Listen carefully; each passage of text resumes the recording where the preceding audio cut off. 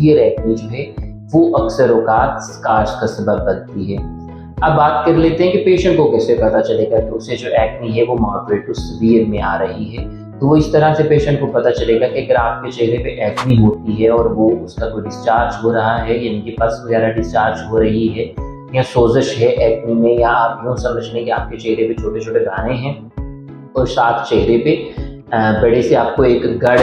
महसूस हो रहे हैं, उभार महसूस हो रहा है, तो वो मॉडरेट टू सीवियर में आएगा। तो इसका जो ट्रीटमेंट है वो जल्द से जल्द होना बहुत ज़रूरी है, और अगर आप जल्द से जल्द उसका ट्रीटमेंट करवा लेंगे तो बहुत कम चांसेस हैं कि वो स्कार्स आपको देके जाएंगे या उनके स्कार्स बनेंगे।